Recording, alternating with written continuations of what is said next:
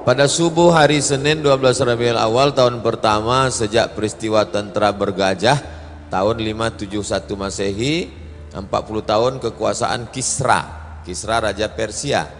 Cahaya terang menerangi istana Raja Romawi, itu kata Ibnu Sa'ad. Api abadi yang kekal abadi disembah orang Majusi padam. Gereja di Buhaira runtuh. Itu riwayat Imam Tabari dan Al-Baihaqi. Abdul Muthalib membawa bayi mulia itu ke dalam Ka'bah, disembelihkan kambing akikah. Dia diberi nama Muhammad sallallahu alaihi wasallam. Dia dikhitankan pada hari ke-7.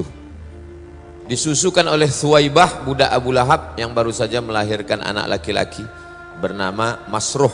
Jadi saudara sesusuan Nabi. Thuwaibah menyusukan juga yang lain Hamzah, makanya Hamzah bin Abdul Thalib itu paman Nabi, juga saudara sesusuan yang meninggal dibunuh oleh Wahsy waktu perang Uhud. Setelah itu dia menyusukan Abu Salamah bin Abdul Asad Al-Makhzumi. Umur 4 tahun dada Nabi SAW dibedah. Peristiwa ini terjadi di Bani Sa'ad waktu dia disusukan oleh Halimatus Sa'diyah. Sa'atus Sa'diyah. Jibril datang kepada Rasulullah waktu dia sedang main sama anak-anak, lalu Jibril menariknya, membuatnya pingsan, dibelah dadanya, kemudian mengeluarkan jantungnya, dikeluarkan segumpal darah. Jibril berkata, ini bagian dari setan. Kemudian Jibril mencucinya dengan bejana emas, dengan air zam-zam, mengumpulkannya kembali dan mengembalikannya ke tempatnya. Lalu anak-anak kecil itu datang ke ibu susu mereka. Kata mereka, Muhammad sudah dibunuh. Jadi anak-anak itu melihat. Mereka datang menemui Nabi dalam keadaan pucat. Anas berkata, yang meriwayatkan Anas bin Malik, apa kata dia? Ara athara dhalikal mikhyat. Saya melihat bekas jahitan di dada Nabi. Anas bin Malik yang meriwayatkan hadis ini pernah melihat dengan matanya bekas jahitan itu di dada Nabi. Jadi itu bukan kiasan, memang betul-betul dibedah dada Nabi. Hadisnya sahih. Jangan cepat betul dia. Hadis Sahih Muslim. Terus 6. Umur 6 tahun Halimah merasa khawatir, maka dikembalikannya lah Nabi ini kepada Aminah, Sayyidatuna Aminah. Lalu kemudian dibawalah Nabi untuk ziarah ke makam Abdullah di Yathrib. Walamma tamma min hamlihi syahrani ala ashhuril mashhuril aqwalil marwiyah tufiya bil madinatil munawwarati abuhu Abdullah. Itulah dia, meninggal. Lalu dibawalah ke sana, maksud hati untuk mengenalkan ke almarhum ayah. Inilah kubur ayah engkau. Begitu balik dari sana, meninggal pula Sayyidatuna Aminah di Abwa. Bisa antum bayangkan. Maksud hati mau mengenalkan anak ke almarhum ayah, pulang, waktu pergi ayah tak ada. Begitu balik ayah tak ada, mak tak ada. Umur 8 tahun Abdul Muthalib membentangkan karpet di samping Ka'bah. Anak-anak Abdul Muthalib tak ada yang berani duduk di ambal itu. Nabi Muhammad duduk, tak seorang pun anak. Nabi Muhammad duduk situ. Lalu kemudian anak-anak Abdul Muthalib yang lain melarang, jangan Muhammad jangan duduk situ. Kata Abdul Muthalib, biarkan dia. Kenapa? Ayahnya sudah meninggal dunia. Demi Allah dia akan memiliki kedudukan yang tinggi. Jadi Abdul Muthalib sudah ada firasat bahwa cucunya ini nanti orang hebat. Kemudian dia duduk bersamanya, diusapnya pundak cucunya itu.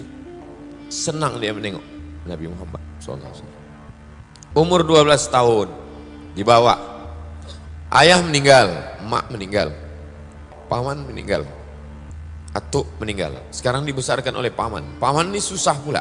Abu Thalib di antara adik-beradik yang 10, dia yang paling susah, anaknya banyak. Dibawalah berdagang. Panas, bernaung di atap tempat Bahira. Bahira ini pendeta. Keluar Bahira. Bahira seumur hidup tak pernah keluar. Pakaiannya dicucikan, makanannya diantar. Hari itu dia keluar. Kata dia, hadza sayyidul alamin.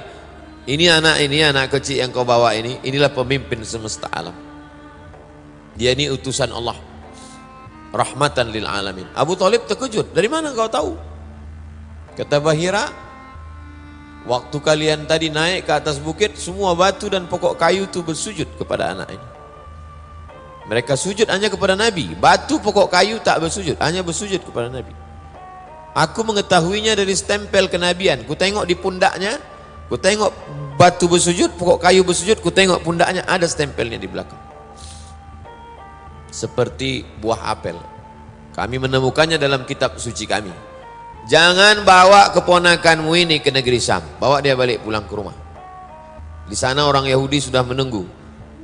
Mereka hanya mau Nabi terakhir itu keturunan dari puak Yakub. Kalau dah lahir dari yang lain, mereka akan bunuh. Bawa balik. Maka Abu Talib membawanya pulang. Umur 12 tahun. Terus, umur 20 tahun. Terjadilah perang antara Kinanah dengan Quraisy di pasar Ukas. Penyebabnya gara-gara seorang suku Kinanah membunuh 3 orang Quraisy. Disebut dengan Harbul Fijar. Waktu itu mereka melanggar larangan perang di bulan Muharram. Nabi SAW ikut perang tersebut dan tugas dia menyiapkan anak panah untuk paman-pamannya. Paman dia dari golongan Quraisy melawan Bani Kinanah. Dia menyiapkan anak-anak panah. Umur 20 tahun. Kerja dia mengembalakan kambing Bani Sa'ad. Berdagang bersama Sa'ib bin Abi Sa'ib Al-Makhzumi. Barang-barang itu dibawa. Dia membawakan barang orang Makkah Al-Mukarramah. Mandiri dia. Ayah tak ada, mak tak ada, atuk tak ada, tinggal sama paman. Makannya dari mengembala kambing dan membawa barang dagangan. Umur 25 tahun. Seorang perempuan kaya, bangsawan bernama Khadijah binti Khuwailid. Banyak pedagang membawa barang dagangannya, sistem bagi hasil. Tapi tak yang macam ini laku sekali. Lalu kemudian Nabi SAW membawa barang dagangan Khadijah ke negeri Syam. Nabi SAW bawa barang tersebut bersama seorang laki-laki namanya Maisarah. Maisarah ini budak dari Khadijah. Khadijah heran, kenapa barang-barang yang ini laku? Kata Maisarah, memang lain nih ya yang menjual ini. Lalu Maisarah pun menunjukkan itulah orangnya Sayyidina Maulana Muhammad SAW. 25 tahun umurnya. Menarik, mulia, cerdas, rasional, jujur, amanah. Banyak para penguasa orang kaya ingin meminang Khadijah. Nafisah binti Munabbih menyampaikan niat Khadijah ke paman-paman Nabi. Jadi Khadijah yang menawarkan dirinya, lalu kemudian disampaikan Nafisah kepada pakcik-pakcik Nabi. Pakcik-pakcik Nabi inilah yang meminang. Pernikahan dihadiri oleh Bani Hashim. Muhammad SAW, anak Abdullah, anak Abdul Muttalib, anak Hashim. Anak cucu cicit Hashim ini yang melaksanakan pernikahan. Maharnya 20 ekor unta. Jadi kalau 30 juta kali 20 ekor, 600 juta. Nabi SAW monogami, maksudnya istrinya satu saja bersama Khadijah. Lahirlah anak-anak Al-Qasim, Zainab, Ruqayyah, Ummu Kulthum, Fatimah, Abdullah, Tayyib dan Tahir. Semua meninggal ketika Nabi masih hidup. Satu-satunya yang meninggal sesudah Nabi 6 bulan, itulah dia Sayyidatuna Fatimah Zahra radhiyallahu anha wa ardhaha. Terus umur 35 tahun terjadi renovasi Ka'bah. Komplit 4 hari. Siapa yang meletakkan Hajar Aswad? Berperang mereka, siapa yang layak meletakkan Hajar Aswad? Abu Umayyah bin Mughirah Al-Makhzumi punya ide. Siapa yang pertama kali besok masuk ke Masjid Haram, dialah kita suruh meletakkan Hajar Aswad nih, daripada kita berkelahi. Besok pagi mereka intai siapa yang masuk. Yang masuk pertama kali adalah Sayyidina Muhammad sallallahu alaihi wasallam.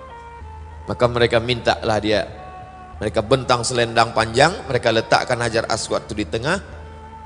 Mereka minta dia meletakkan, tapi dia tidak petantang-petenteng. Dimintanya kain selendang panjang, maka kepala-kepala suku memegang ujung selendang itu, dan akhirnya Nabi meletakkan.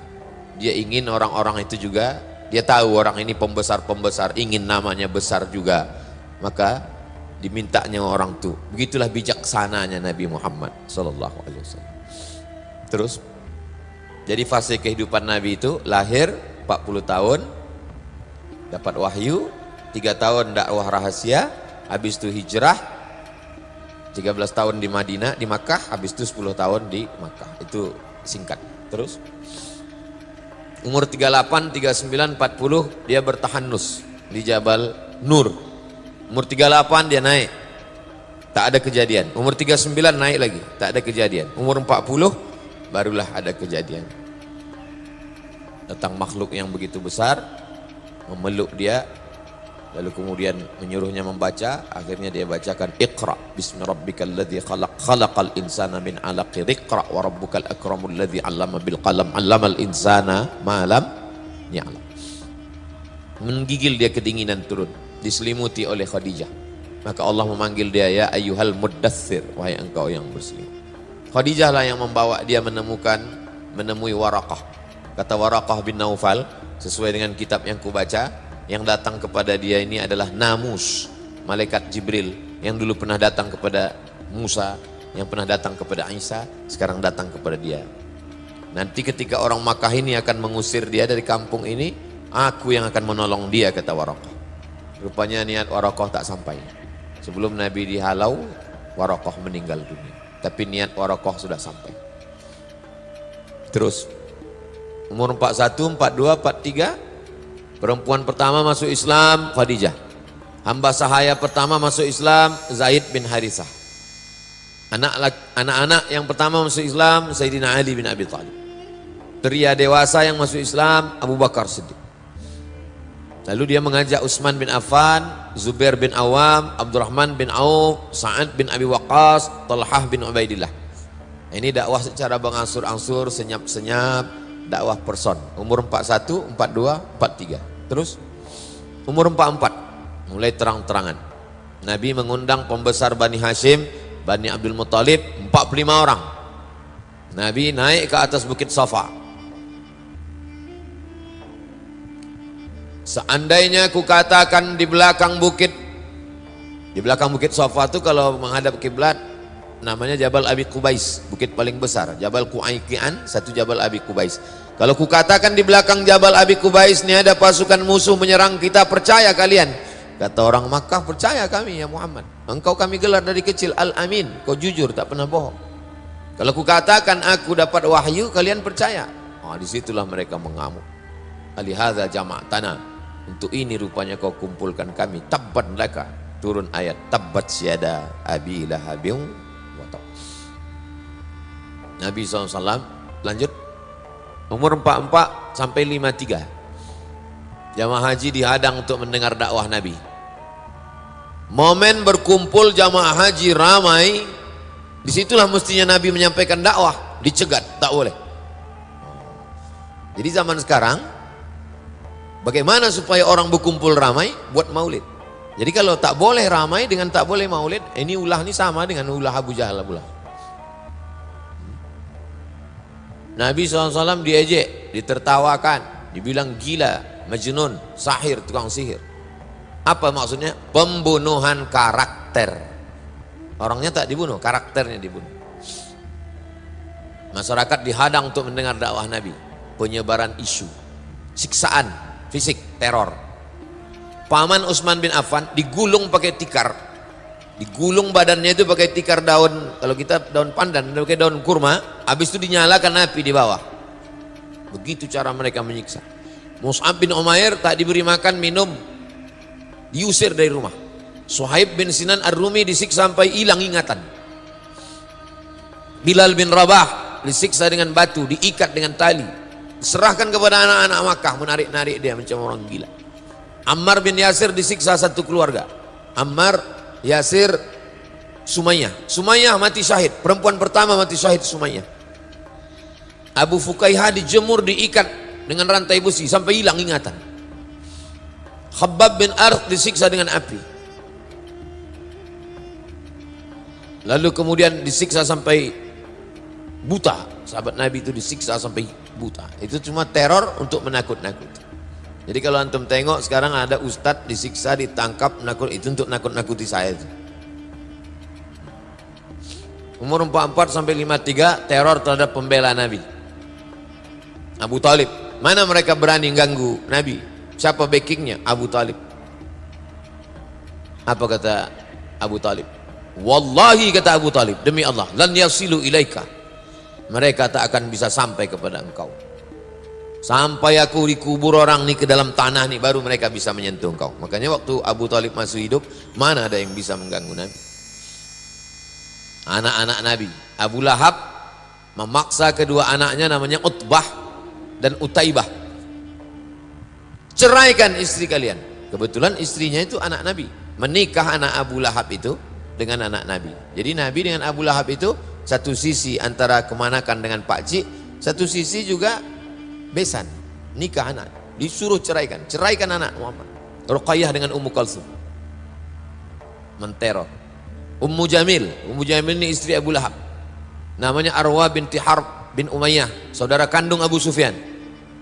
Teror fisik, menebarkan duri-duri kotoran di jalan. Semua jalan yang dilewati Nabi itu diserakkannya kotoran unta di situ. Teror non fisik, fitnah, gosip, macam-macam. Makanya dia azabnya itu satu keluarga, azabnya itu. Tabat siada abi lahabi wa tab, ma aghna anhu maluhu wa ma kasab, sayasla naran dzata lahab wa imra'atuhu hamma latal hatab. Satu-satunya satu surat, satu keluarga, itulah untuk Abu Lahab. Ayat kisah teror. Wailul likulli humazatil lumazah. Celakalah mereka pengumpat, pendusta, penipu, pencela, pengejek. Siapa itu? Umayyah bin Khalaf. Kerjanya mengejek Nabi, mengumpat, mencela. Padahal belum ada Facebook lagi orang ini. Gimana kalau hidup dia ini sekarang? Berapa grup-grup dia ini? Yang banyak mencela, yang kian kemari menghamburkan fitnah, banyak menghalang. 9 sifat mereka itu. Namanya Al-Akhnas bin Syarik Al-Thaqafi. Fala saddaqa wa la shalla. Tak mau percaya dan tak mau salat. Itu Abu Jahal. Mendengarkan bacaan Quran tapi tak percaya. Melarang Rasulullah melaksanakan salat. Tak boleh Nabi salat samping Ka'bah. Terus strategi Rasulullah perlu markas.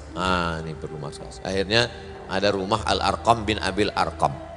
Jadi kita tak bisa, kita bertahun-tahun udah dakwah nih ke masjid-masjid tak bisa, mesti ada markas. Akhirnya ada markas di Baitul Habib, ada markas di YTWU, ada markas di Ma'had Az-Zahra. Akhirnya sekarang kita udah markas. Lalu mencari peluang baru. Di sebagian sahabat mengungsi ke Habasyah, Ethiopia. Raja Ethiopia ini baik, itulah dia Najasyi. Terus 45 hijrah ke Habasyah, bulan Rajab tahun kelima, 12 orang laki-laki, 4 perempuan.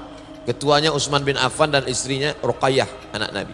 Rombongan kedua, kloter kedua, 83 orang laki-laki, 19 perempuan. Teror sampai ke Ethiopia. Amr bin As, waktu itu dia belum masuk Islam. Abdullah bin Abi Rabi'ah mengejar, menghasut Najasyi.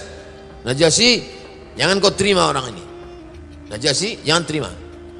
Jadi kalau zaman sekarang lah itu di cancel lah visa tak boleh masuk ke sana. Tapi untungnya Najasyi tak bisa dipengaruhi.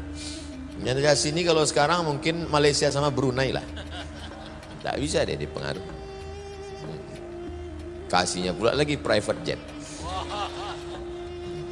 masuk juga sedikit. Najasyi minta, kata Najasyi, apa pendapat Muhammad SAW itu tentang Nabi Isa, tentang Isa. Dibacakan Najasyi surat Maryam. Meleleh mata air Najasyi mendengar bagaimana penderitaan Maryam melahirkan Nabi Isa. Tak ada itu dalam kitab dia. Selengkap-lengkapnya dalam Quran. Dari mana dapat ini? Itulah maka Nabi sholat ghaib. Sholat ghaib itu kronologisnya karena Najasyi itulah.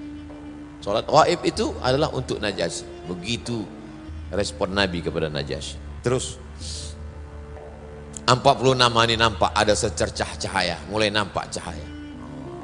Kita pun malam ini nampak macam cahaya, rupanya drone. Hamzah bin Abdul Muthalib masuk Islam.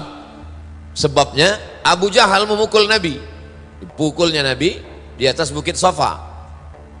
Berdarah Nabi dipukul oleh Abu Jahal. Hamzah dia singa Allah, Asadullah. Keponakan kita dipukul, maka dia merasa terhina. Dia datang menemui Abu Jahal, dipukulnya pula. Abu Jahal pakai busur panah. Jadi antum kalau ada dipukul orang, pukul pula dia. Jangan kita diam. Cahaya semakin terang, bulan Zulhijjah tahun ke-6 masuk Islam satu lagi. Ini paling hebat, Umar bin Khattab. Sebelum Umar bin Khattab masuk Islam, mana ada orang berani baca Quran kuat-kuat? Setelah Umar bin Khattab, kenapa orang takut? Umar bin Khattab pemenang lomba gulat pasar Ukas, juara bertahan. Jadi besok antum cari di Ramayana yang tegap-tegap, yang tukang parkir. Mohon maaf ya, nanti disomasi pula sama empat. Abdullah bin Mas'ud, apa kata Abdullah? Kami tak mampu sholat di samping Ka'bah. Tak berani kami sholat samping Ka'bah. Sampai akhirnya Umar bin Khattab masuk Islam. Jadi umur 46 Nabi udah nampak. Titik-titik kemenangan itu nampak di usia 46. Macam umur saya ini lah, saya 46 sekarang. Tawaran damai. Rupanya kalau kita udah mulai kuat, datang orang ingin mengajak berdamai. Al-Aswad bin Abdul Muttalib sama Aswad bin Abdul Uzza, Al-Walid bin Mughirah, Umayyah bin Khalaf, As bin Wa'il mulai mengajak berdamai. Kalau sebelumnya kan menyiksa, menteror, ngejek, sekarang tak berani lagi. Mulai ngajak berdamai. Kira-kira kalau kita ganti-gantian ibadah gimana? Sebulan kami sembah Allah, sebulan nanti kau sembah pula Lata, Uzza, Manat, Hubal, Jibti, Tawud. Mulai berdamai. Ini kan udah dekat-dekat Pileg ini, gimana kalau kita berdamai ya gitu. Itu maka dikunci gerbang depan tuh. Mana bisa berdamai? Yang tak ada janji, tak ada nama, sampai mati tak terbuka. Terus. Umur 47, karena berdamai tak mempan, diembargo mereka. Bani Hasim, Bani Abdul Muttalib diembargo, tak boleh menikahi mereka. Muhammad SAW, anak Abdul Muttalib, anak Hasim, anak Abdi Manaf. Hasim dengan Abdi Manaf, atuknya, unyangnya ini, kelompok keluarga ini, tak boleh menikah dengan mereka, tak boleh jual beli, tak boleh duduk-duduk pun tak boleh, kongko-kongko pun tak boleh. Tak boleh interaksi sosial, tak boleh masuk ke rumah mereka bertamu, tak boleh bicara dengan mereka. Sampai mereka menyerahkan Nabi Muhammad. Selama kalian tak menyerahkan Muhammad SAW, kalian kena embargo.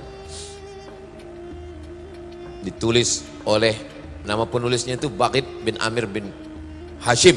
Rasulullah mendoakannya supaya, ya Allah lumpuhkan dia, kata Nabi. Lumpuh dia, betul-betul. Jadi kalau ada yang menghalang-halangi maulid ini, antum doakan biar lumpuh dia. Tak salah itu buktinya. Tak mempan orangnya lumpuh, channelnya lumpuh. Di masa sulit ini Abu Talib khawatir mereka membunuh Rasulullah. Dia memerintahkan Rasulullah agar tidur di tempat tidurnya. Allah. Apa kata Abu Talib? Aku takut kau dibunuh mereka, tidur engkau di tempat tidurku, wahai Abu Talib. Dia diperintahkan anak-anaknya mengawal. Anak-anakku mengawal kau semua, wahai Rasulullah SAW. Terus. Umur 50, kertas embargo tersobek. Hisham bin Amr dari Bani Amir bin Lu'ay, ibunya bernama Atikah bin Abdul Muttalib. Jadi anak bibi Nabi. Jadi keluarga inilah kata orang Melayu, tak putus air di cincang. Siapa yang membela Nabi? Hamzah. Siapa yang membela Nabi?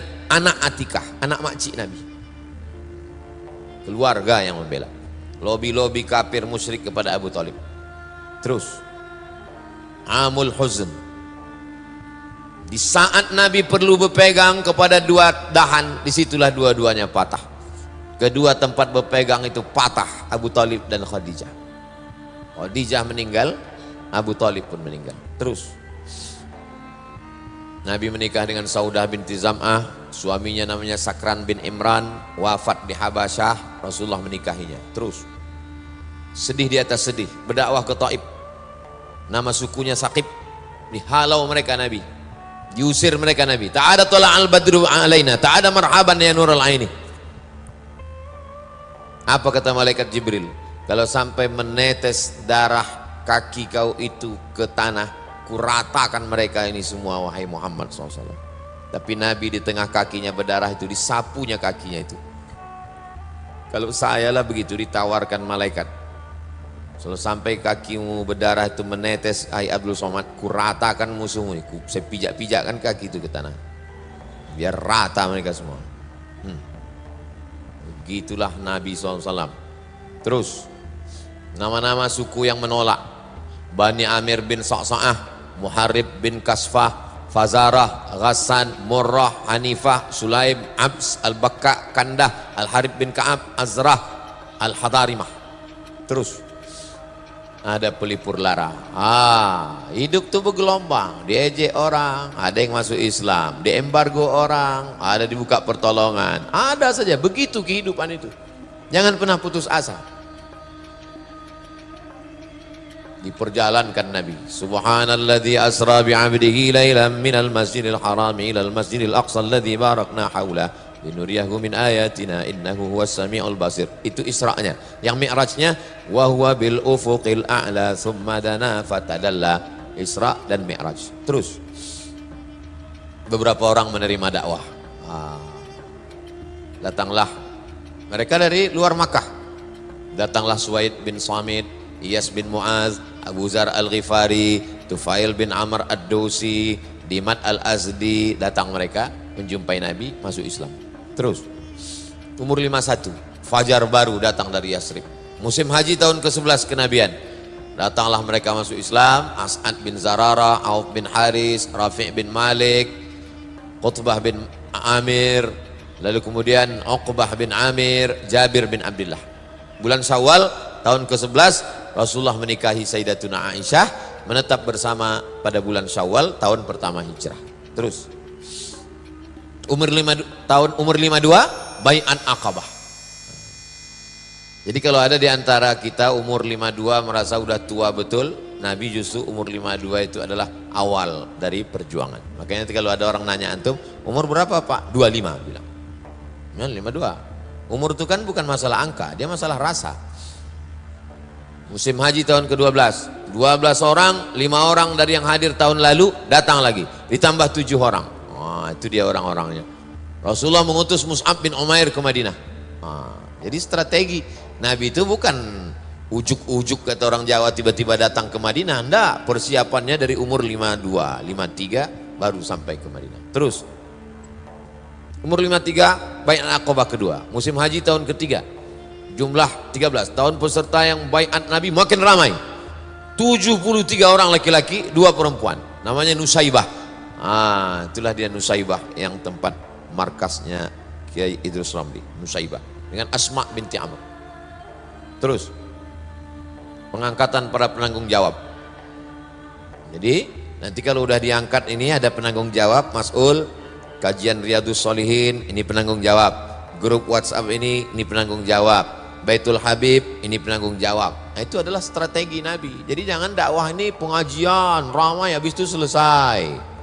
La salam wala kalam. Tiba-tiba jumpa mabuk lagi. Bukan begitu. Ada diangkat, ini penanggung jawab, ini ketua grup WA, ini yang bertugas membangunkan tahajud malam. Telepon sana, telepon sini. Tahajud bro, tahajud. Habis itu dia pula tidur. Terus umur 54 barulah Nabi hijrah. Rapat 14 kepala suku di Darun Nadwah. Kamis malam Jumat Nabi pergi bersama Abu Bakar menginap di Jabal Thawr 3 malam. Ahad malam Senin bertolak menuju Yasrib. Saya memang betul-betul saya ringkaskan ini supaya anak-anak muda ini cepat dia nangkap. Habis itu buat baca selengkapnya bersama Habib. Ini poin-poin ringkasan-ringkasan. Memang saya dari dulu suka meringkas. Waktu kuliah dulu suka saya baca ringkasan-ringkasan. Terus umur 54 hijrah. Senin 8 Rabiul Awal 23 September tiba di Kuba. Menginap 4 malam di Kuba. Malam Selasa, malam Rabu, malam Kamis, malam Jumat berdiri satu masjid. Itulah dia Masjid Kuba. Panjang umur sehat badan kita di Masjid Kuba nanti sholat insyaallah. Ongkos tanggung masing-masing. Sholat Jumat Nabi di kampung Bani Salim. Hari Jumat dia bertolak ke Madinah. Terus membangun Masjid Nabawi, mempersaudarakan Aus dan Khazraj, mempersaudarakan Muhajirin dan Ansar, mempersaudarakan penduduk Madinah yang Islam dengan Yahudi bersaudara. Terus Piagam Madinah. Piagam Madinah. Inilah isinya Piagam Madinah itu 12 pasal. Tak paham kami Pak Ustadz, cari anak-anak dari jurusan bahasa Arab Fakultas Tarbiyah UIN. Udah kami tanya Pak Ustadz, dia pun tak paham juga. Minta terjemah sama Ustadz Al-Nam, sama Ustadz Hanafi. Terus masalah dan solusi. Orang kafir Quraisy Makkah tetap memerangi. Turun ayat. Uzina lilladzina yuqataluna biannahum zulimu. Nah ini. Jadi dari tadi awal tuh nggak ada perang. Sudah lama 13 tahun, 14 tahun barulah diizinkan berperang. Nah, jadi anak-anak muda kalau diejek agama Islam ini agama perang membunuh. Gimana kita mau membela kalau kita tak paham? Ini cerita perang ini nanti lama. Awal tuh tak ada perang. Kafir Quraisy Makkah adalah kafir harbi, wajib diperangi. Orang Yahudi yang berkhianat wajib dijatuhi hukuman. Nasrani yang musuhi kaum muslimin diperangi hingga mereka membayar jizyah. Yahudi Nasrani musyrik masuk Islam tak boleh diganggu. Terus tahun 1 Ramadan perang Syariah, Syawal Syariah Rabi', Zulqa'dah Syariah Harar, Safar Ghazwah Abwa, Rabiul Awal Ghazwah Bawat, Rabiul Awal Ghazwah Safwan. Ini PowerPoint ini saya sendiri membaca, saya sendiri nulis, saya mencari. Tulisan saya sendiri. Kalau ada salah-salah nanti diluruskan oleh Habib, oleh ustaz-ustaz kita. Mungkin saya waktu menulis itu karena mau buru-buru atau karena jadwal ceramah penuh atau terus. Safar 2 Hijrah, Ghazwah Abwa, Rabiul Awal tahun kedua. Saya urutkan tahun kedua, tahun ketiga, tahun keempat. Nama perangnya apa, peristiwanya apa. Untuk bahan ceramah saya waktu itu. Terus tahun Perang Badar. Perang Badar itu pakai strategi. Sengaja berkemah di dekat tempat menyimpan air. Supaya apa? Supaya musuh tak bisa minum. Kuasa air. Kalau mau menang, kuasai air. Air kita sekarang udah dikuasai Salafi.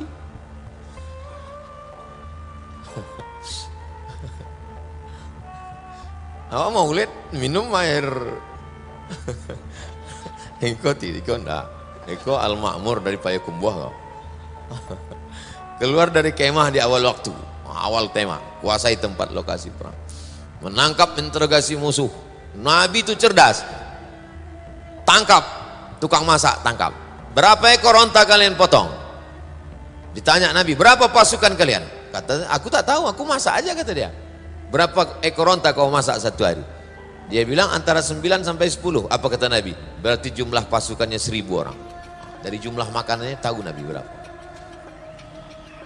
Berdoa dari Isya Nabi berdoa sampai subuh, sampai jatuh sorbannya dinaikkan Abu Bakar Siddiq.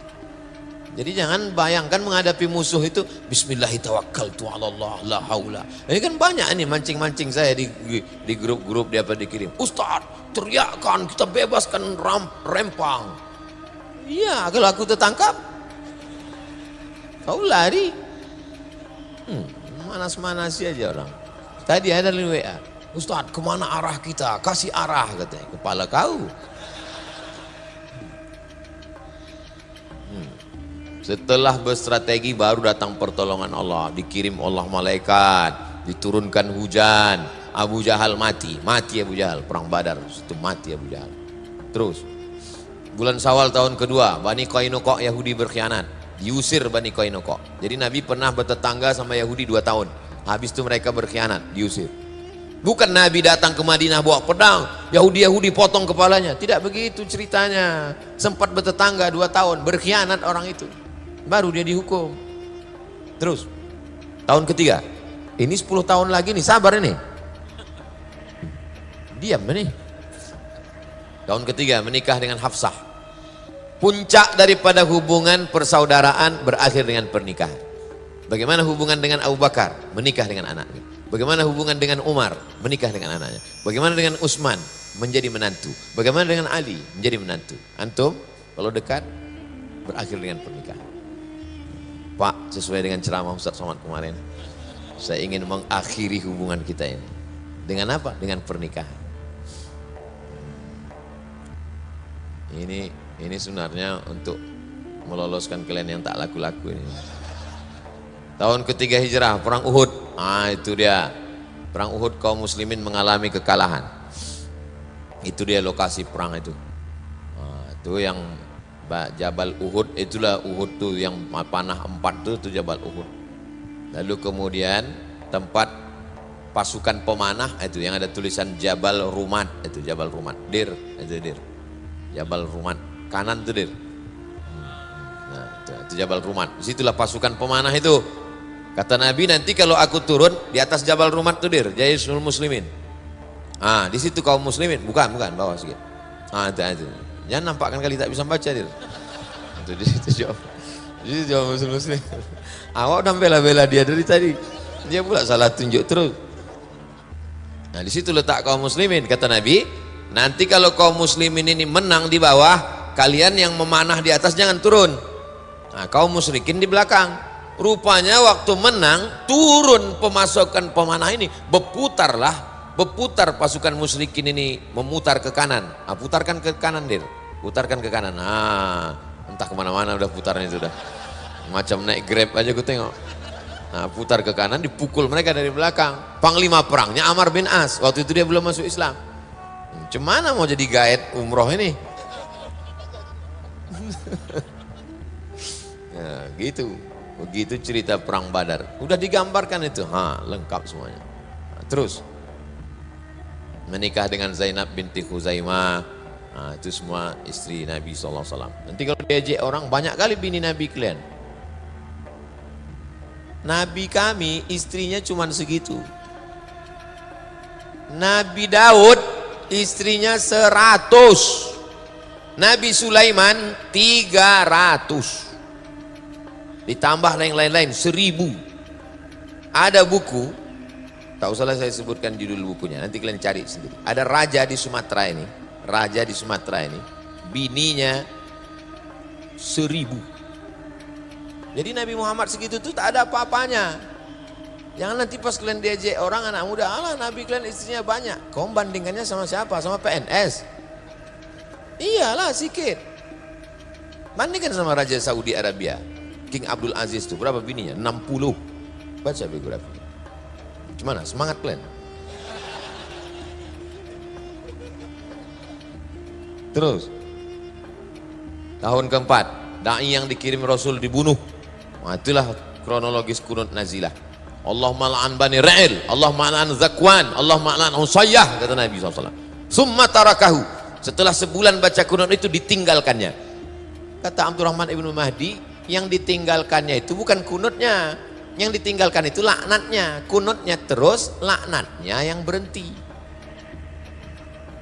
Yahudi Bani Nadir berkhianat, mereka terusir. Terus tahun kelima perang Khandaq, Parit Ahzab, Bani Quraizah berkhianat, terusir. Jadi pengkhianatan Yahudi mulai tahun kedua, tahun keempat, tahun kelima, tercampak mereka dari Madinah. Bukan diusir Nabi dari awal, sempat bertetangga. Tetangga yang tidak layak wajib diusir. Terus tahun ke-6 Umrah Hudaybiyah, memimpi sahabat, ya Rasulullah, nampakku dalam mimpi kita masuk Masjid Nabawi, masuk kita Masjidil Haram. Kata Nabi, kalau begitu kita umrah. Sampai di Hudaybiyah, Rasul menuju Makkah, 1.500 sahabat ikut dibawa Nabi. Sampai di sana dicegat mereka di Hudaybiyah, tak jadi masuk. Gagal masuk Makkah, perjanjian Hudaybiyah, berkirim surat kepada raja-raja, itu surat Nabi. Surat Nabi SAW kepada Raja Heraklius, kepada Raja Kisra, kepada Raja Mukaukis. Terus tahun ke-7 Amr bin As dan Khalid bin Walid masuk Islam. Perang Khaybar, Yahudi Khaybar terusir. Berapa kali Yahudi terusir? 4 kali. Tahun kedua, tahun keempat, tahun ke-6, tahun ke-7. Nadir, Quraizah, Qainuqa, Khaybar. 91 orang mati syahid. Nabi menikahi Sofiyah. Ada istri Nabi itu yang orang Yahudi, Sofiyah. Nabi diracun di Khaybar. Nama yang meracunnya itu namanya Zainab bintil Haris, istri Salam bin Mishkam. Umrah qada, 2000 orang sahabat Nabi umrah. Terus tahun 8 Ghazwah Mu'tah, 10 Ramadan Fathu Makkah, 10.000 pasukan dibawa Nabi ke kota Makkah. Nah, inilah puncaknya, 10.000 yang dibawa Nabi ke kota Makkah, lengkap dengan tombak, baju besi. Nabi menetap di Makkah 19 hari, melaksanakan umrah dari Ji'ranah. Tahun ke-8. Terus tahun ke-10 Hijrah, tahun utusan-utusan dakwah. Berdatanganlah utusan-utusan dakwah. Mereka semuanya masuk Islam. Idza jaa nasrullahi wal fath wa ra'aitan nasa yadkhuluna fi dinillahi afwaja. Rupanya kalau kita udah menang, maka semua orang berbondong-bondong masuk Islam. Kalau udah menang, semua mengaku kawan dan saudara. Terus Haji Wada, 144.000 jamaah waktu Haji Wada. Nabi pun menyampaikan khutbah. Terus inilah adri la'alli la alqakum ba'da ami. Kata Nabi, selepas haji ini aku tak tahu entah jumpa kalian entah tidak lagi, kata Nabi. Terus bulan Safar tahun ke-11 Nabi ke Bukit Uhud. Pergi Nabi ke Bukit Uhud, ziarah dia, macam mengucapkan selamat tinggal, kemudian naik dia ke atas mimbar. Lalu kemudian kata Nabi, aku memberikan syafaat untuk kalian, aku jadi saksi kalian nanti. Lalu kemudian kata Nabi, ini telaga aku, telaga tempat minum. Aku diberi kunci kekuasaan di bumi, demi Allah aku tak khawatir kalian syirik. Insya Allah kalian tak ada yang syirik lagi, kata Nabi. Yang ku khawatirkan kalian nanti berebut dunia. Betul, tak ada yang syirik, tapi berebut dunia. Terus malam Nabi ke Baqi. Masuk Nabi ke pemakaman Baqi, samping kiri Masjid Nabawi. Mengucapkan salam dia, Assalamualaikum ya ahla diyar minal mu'minin.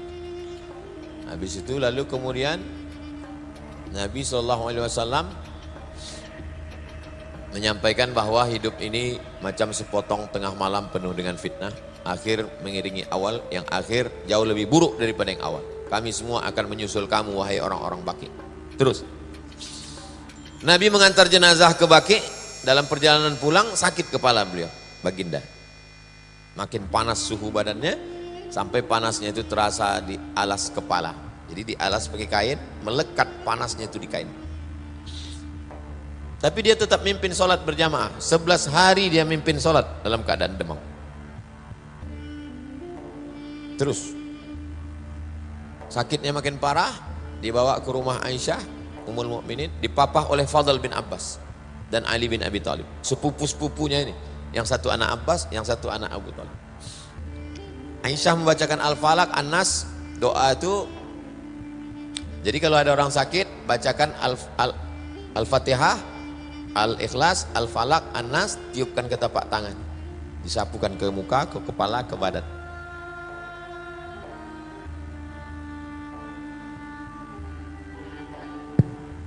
Syukur. Lalu kemudian ayat-ayat doa itu ke tapak tangan Rasul, diusapkan ke wajah dan ke badan Nabi. Terus suhu Nabi makin panas, makin tinggi, Nabi pingsan. Ketika Nabi bangun, sadar, disiramkan air ke wajahnya. Setelah ringan dia minta masuk ke masjid. Duduk dia di atas mimbar. Itulah terakhir kali dia duduk di atas mimbar. Hari Rabu terakhir kali di atas mimbar. Apa kata di atas mimbar itu? Kalau pernah aku mencambuk kuda, ujung cambuk itu kena ke belakang kalian, siapa yang mau balas, balaslah, kata dia. Kalau pernah cakapku menyakiti hati kalian, kalau kalian tersinggung, kalau kalian mau balas sekarang, balaslah. Kalau ada pernah duit kalian kupinjam, kalau kalian mau tuntut, tuntutlah sekarang. Hari terakhir dia naik ke atas mimbar, hari Rabu. Terus kemudian Nabi turun, dia laksanakan sholat zuhur, kemudian dia naik mimbar lagi. Seorang laki-laki berkata, engkau ada utang 3 dirham ya Rasulullah. Kata Nabi kepada Fadl, bayarkan Fadl. Terus Nabi masih mimpin sholat maghrib, dibacanya surat Al-Mursalat. Sholat Isya, sakitnya makin keras, beliau tak bisa lagi keluar. Kemudian Nabi tanya, mereka udah sholat? Kata mereka belum sholat ya Rasulullah, mereka menunggu engkau. Kata Nabi, ambilkan air. Kemudian Nabi mandi. Setelah itu dia pingsan lagi. Lalu ketika dia sadar,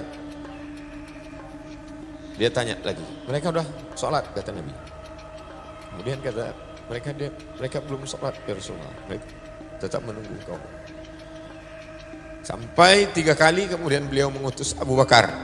Itulah Abu Bakar menjadi imam. Abu Bakar Siddiq menjadi imam sholat sebanyak 17 kali sholat. Ingat tuh, 17 kali sholat. Isya hari Kamis sampai subuh hari Senin. Nah itu, ingat.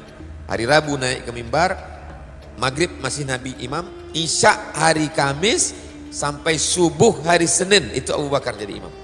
Nabi masih hidup. Kemudian Nabi sakitnya agak turun, agak ringan. Lalu kemudian Nabi keluar rumah, dipapah, berjalannya dipapah, sholat zuhur. Abu Bakar mimpin sholat. Kata Nabi, dudukkan aku di samping Abu Bakar. Duduk dia di samping Abu Bakar. Kemudian Nabi membebaskan hari Ahad. Hari Ahad semua budak-budaknya dibebaskan. Semua budak. Bersedekah dia 6 atau 7 dinar. 1 dinar itu 4,25 gram emas. 7 dinar duitnya disedekahkannya semua. Semua senjata-senjatanya, pedangnya, tombaknya, sedekahkannya semua habis. Terus. Kemudian dari kamar Nabi menyingkap tirai. Tirai kamar Nabi itu terus langsung ke Masjid Nabawi. Karena dinding kamarnya itu terus ke dinding Taman Raudhah. Nabi membuka tirai. Sahabat tegak menunggu dia mau sholat. Waktu dibukanya tirai itu senyum dia.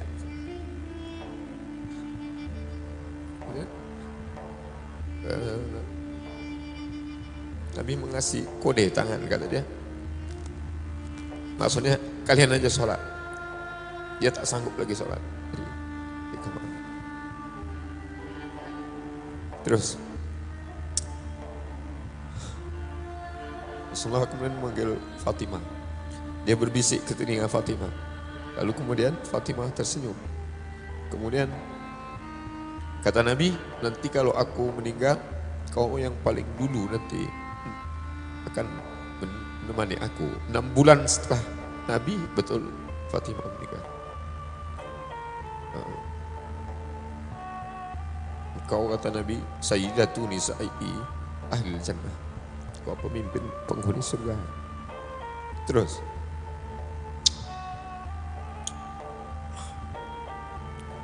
kata Nabi, kata Fatimah, sakit wahai ayahanda, wahai Rasulullah. Kata Nabi, ini sakit yang terakhir Fatimah. Setelah ini tak ada lagi sakit. Kemudian Nabi memanggil Hasan, Nabi memanggil Sayyidina Al-Husain, Nabi mencium mereka.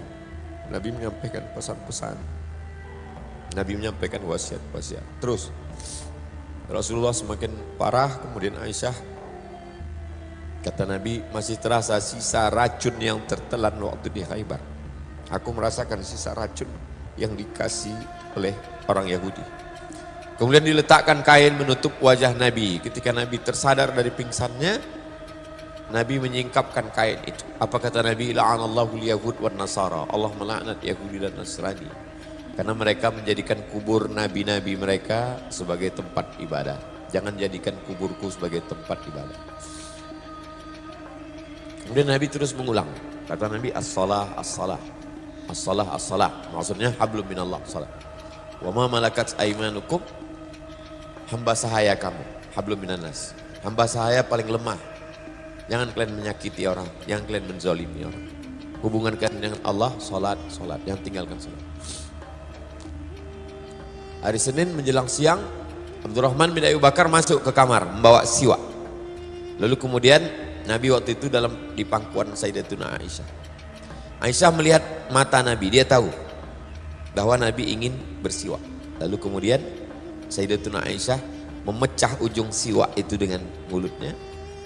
Air liur dia terakhir itulah ke mulut Nabi sallallahu alaihi wasallam.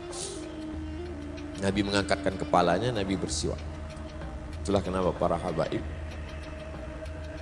Kemudian Nabi masukkan tangannya ke dalam mangkok berisi air, lalu mengusapkan air itu ke wajahnya.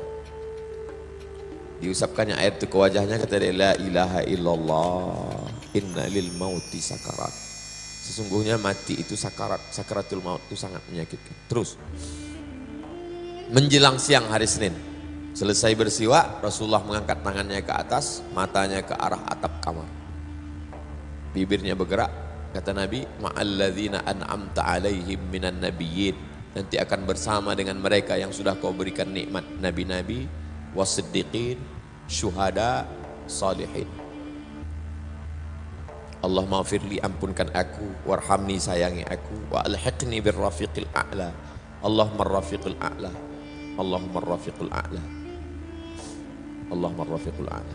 Waktu duha, hari Senin, saat matahari mulai agak mau manas, 12 Rabiul Awal tahun 11 Hijrah. Allahumma sholli ala sayyidina Muhammad.